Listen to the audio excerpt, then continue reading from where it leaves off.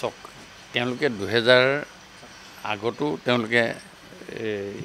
ইলেকশ্যনতো তেওঁলোকে বৈঠক কৰিছিলে এই গোটেই কথাটো মই আপোনাক কৈছোঁ যে এতিয়া অখিল গগৈ কথাটো হ'ল কি বিজেপিক মাৰিব লাগে বিজেপিয়ে কৰা ডেভেলপমেণ্টখিনি তেওঁ আজি ভাল পোৱা নাই এই কথাটোকে আজি প্ৰমাণ হৈ গৈছে সেইকাৰণে তেওঁ বাঘে চাগে পানে গোটেইখিনি একাকাৰ হৈছে যি কংগ্ৰেছে তেওঁ নিজে ভাষাতে কৈছে যে 20 বাৰ তেওঁক জেল দিলে আজি সেই কংগ্ৰেছৰ লগত তেওঁ আজি মিত্ৰতা কৰিছে এই যে এই কথাবিলাক আপোনালোকে যদি ভালকৈ অলপ বিশ্লেষণ কৰি চায় অখিল গগৈ পলিটিকেল আইডিঅলজিটো কি এইটো আজিৰ ডেটত কোনেও বুজি নাপায় এনেই যদি হোটেলখনত কাম নাই বুলি ৰিলেক্স কৰিবলৈ গৈছে তেতিয়াহ'লে মোৰ ক'বলগীয়া একো নাই কিন্তু পলিটিকেল এনালাইচিছ কৰিবৰ কাৰণে এটা বেছ লাগে সেই বেছটো কালি ডেটত কোনো ধৰণৰ কোনো কথা আছে বুলি মই নাভাবোঁ যোৱাকালি মিটিংখনতো নাই আৰু আজি মিটিঙতো নাই আৰু তেওঁলোকে আহিছে গৈছে কিন্তু আপোনালোকে সুধিছে কাৰণে কৈছোঁ যে এনেই ধৰক কোনো তাত আলোচনা কৰিবলগীয়া একো কথা নাই কিন্তু যদি পলিটিকেল কথা চিন্তা চৰ্চা কৰিছে এইটো এটা গছত কঁঠাল নুঠত তেল নখাওঁতে চেল বেল আৰে উপনিৰ্বাচনৰ কথাটো চৰ্চা কৰিবলৈ হ'লে তেওঁলোকে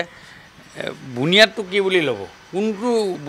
উপনিৰ্বাচনক লৈ কৰিব ক'ৰ পৰা আৰম্ভ কৰিব তেওঁলোকে আৰে ৰিজাল্টে ওলোৱা নাই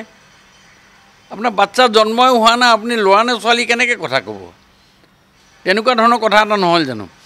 বস্তুটো ৰিজাল্টটো ওলাই ল'ব দিয়ক তেওঁলোকে চাৰিজন যে বহিছে বহি এই কথাবিলাককে আমাক দেখুৱাব খুজিছে যে আমি এটা we are ready for the government এই ধৰণৰ কথাই নহয় কথা অসমৰ ৰাইজে বুজি পাইছে না ইয়াত চক একো কথা লাভ নাই 11+ হৈ আছে আমি ট্ৰাই কৰি আছোঁ বাকচৰ ভিতৰত থকা বস্তুটোকে আমি পাগুলি আছোঁ ছবি 12 আৰু 13 হ'ব নেকি বুলি আৰু তেওঁলোকে কি চিন্তা চৰ্চা কৰিছে কাৰণ ভূপেন বৰা ডাঙৰীয়াক কৈছোঁ এটা 140 বছৰীয়া দলৰ প্ৰেচিডেণ্ট এজনে ডিব্ৰুগড়লৈ গৈছিলে তেওঁ কি হ'ব ৰিজাল্ট মোৰ নিচিনাকৈ বুকুত হাত থৈ কওক যে 2 লাখ ভোটত জিকিম বুলি ক'ব পাৰিব 1 লাখ ভোটত জিকিম বুলি ক'ব পাৰিব সেইটোতো তেওঁ ক'ব পৰা নাই যে ডিব্ৰুগড় ৰিজাল্ট ভাল হ'ব আৰে চালে বেৰে কোবোৱা কথা আজি সংবাদ মাধ্যমৰ আগত কেলৈ কৈছে মোৰ কথা হ'ল কি যদি কনফিডেণ্টলি কোৱা মই কেনেকৈ কৈছোঁ 4.5 লাখ হ'ব 5 লাখ ভোটত ডিব্ৰুগড় জিকিম তেওঁ কৈছক কোৱাত কি আপত্তি আছে এই গোটেই কথাবিলাক এখন বিয়াৰ নিচিনা কথা বুজিছে যেতিয়ালৈকে দৰা কইনা আপোনালোকৰ ঠিক নহয় তাৰ আগতে আপোনালোকে হোম ক'ত পৰিব ব্ৰাহ্মণ কোনজন হ'ব কি দি পৰিব সেইদিনাখন দৰা আইটেম কি খুৱাব বুফে হ'বনে টেবুলত বহি খুৱাব এই কথাবিলাক পাতি লাভ নাই তেওঁলোকৰ আজি এই গোটেই কথাবিলাক হ'ল সেই তেনেকুৱা ধৰণৰ কথা হৈছে আৰে দৰা কইনাই ঠিক হোৱা নাই বিয়াই ঠিক হোৱা নাই ডেটেই ঠিক হোৱা নাই আৰে ৰিজাল্ট ওলাব কোন জিকিব কি কথা ঠিক কৰি লওক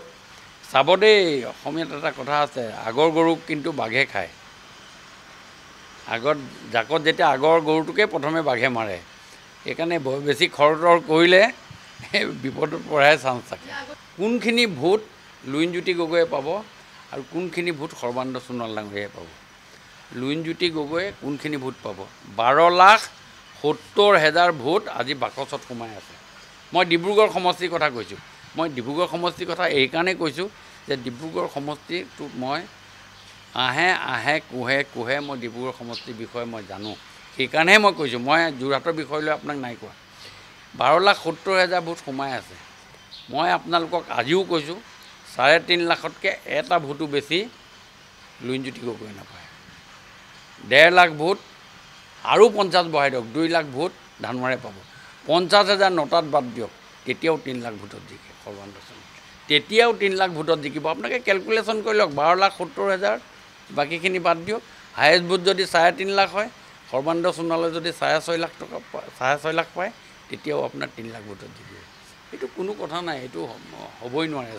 তেওঁ 3 লাখৰ তললৈ নাযায় 3 লাখৰ ওপৰৰ ভোটত জিকিব কিন্তু আৰু আমি বাকী যিখিনি কৰিছোঁ মোৰ হিচাপত মোৰ নিজৰ ব্যক্তিগত হিচাপ এইটো জেনেৰেলাইজ কৰি কৈছোঁ আপোনালোকৰ আগত ব্যক্তিগত হিচাপততো 4.5 লাখৰ ওপৰত জিকিব লাগে